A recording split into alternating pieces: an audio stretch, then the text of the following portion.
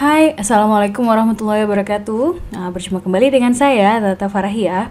Kali ini kita masih akan membahas mengenai matriks ya pada mata kuliah aljabar linear.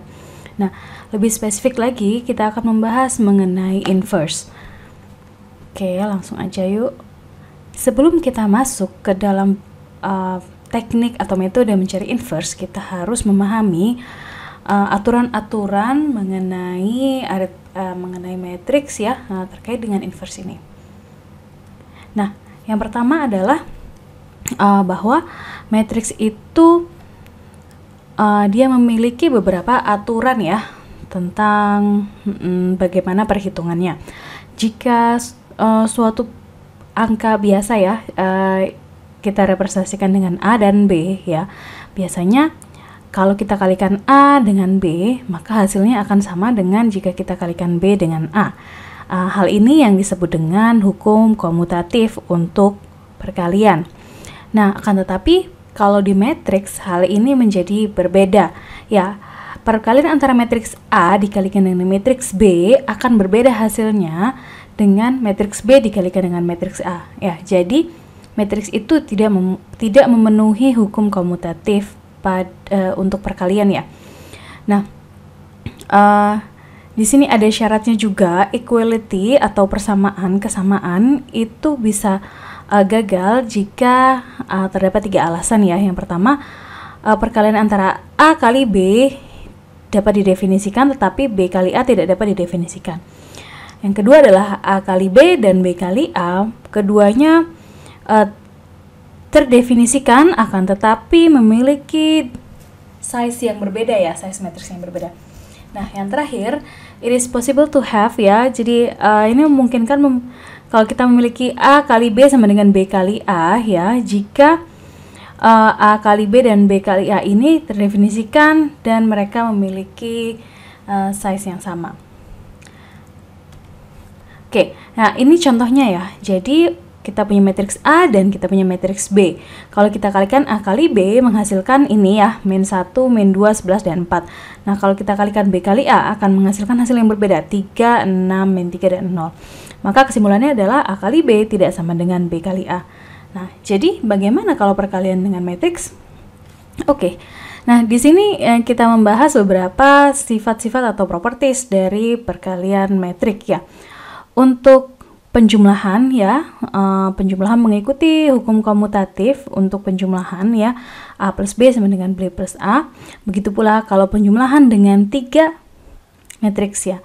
Nah, sedangkan untuk associative law pada hukum asosiatif pada perkalian adalah A kali B kali C ya, akan sama dengan A kali B kali C, C-nya di akhir. Ya, jadi intinya tidak peduli mana yang dihitung terlebih dahulu, hasilnya akan sama.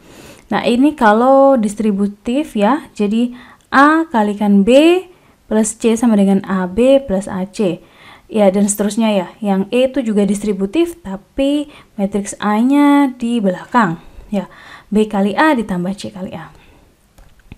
Ini juga sama, tapi pengurangan ya, seperti ini juga sama distributif tapi pengurangan. Nah, ini adalah perkalian dengan skalar. A ini adalah skalar yang dikalikan dengan B matriks B plus C ya, maka akan sama dengan skalar A kali matriks B ditambah skalar A kali matriks C. Begitu pula yang I.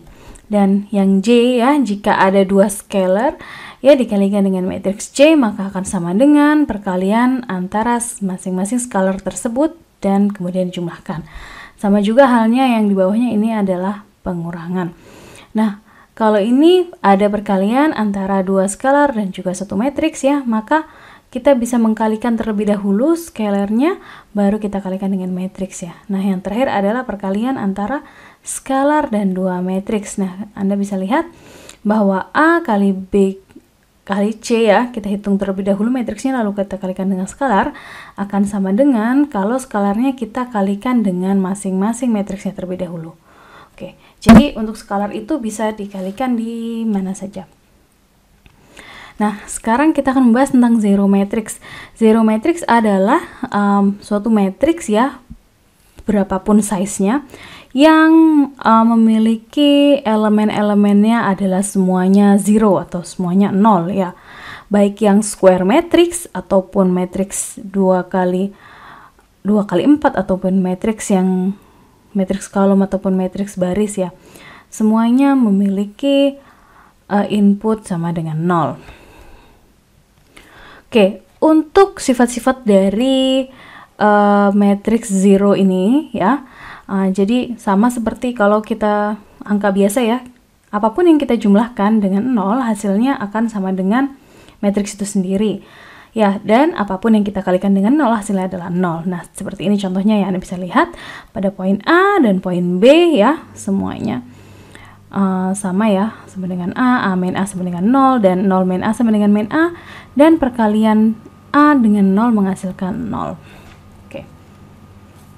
Nah, sekarang ada identitas matriks. Nah, identitas matriks adalah suatu matriks square matrix, jadi dia hanya untuk matriks yang memiliki dimensi kolom dan barisnya sama ya, dan dia memiliki input atau elemennya bernilai 1 untuk main diagonal ya, Anda bisa lihat di sini. Nah, yang lainnya bernilai 0. Oke, hanya diagonal utama aja yang memiliki nilai dan nilainya adalah 1 ya. Ini juga. Nah, ini disebut matriks ini disebut dengan matriks identitas dan biasanya dinotasikan dengan I ya, I atau IN. IN ini, N ini merujuk pada dimensinya. Nah, untuk matriks I ya, apapun yang jadi suatu matriks, sembarang matriks A, B atau C ya, sembarang matriks jika kita kalikan dengan matriks identitas dengan size yang sama, maka akan menghasilkan matriks itu sendiri. Ya, oke. Nah, ini ada contohnya adalah perkalian dengan matriks identitas. Kalau kita lihat di sini ada matriks A ya. Matriks A ini memiliki size yang berbeda ya. Maksud saya dia baris dan kolomnya tidak sama ya. Dan kita kalikan matriks A dengan matriks identitas ya. Dalam hal ini kita akan pilih matriks identitas yang sesuai dengan size dari matriks A ya. Karena dia kolom barisnya ada 2 ya, maka matriks identitasnya adalah 2 kali 2. Nah, kalau kita kalikan ya, dia akan menghasilkan angka yang sama lagi ya, yaitu dia akan menghasilkan matriks A itu sendiri. Begitu juga kalau kita letakkan matriks identitas itu di sebelah kanan dari A. Oke, saya kira cukup sekian dulu penjelasan saya mengenai beberapa bentuk matriks ya. Nah, pada video selanjutnya kita akan membahas mengenai aturan-aturan ya dari matriks, khususnya mengenai inverse ya. Oke, terima kasih telah mendengarkan. Wassalamualaikum warahmatullahi wabarakatuh. See you.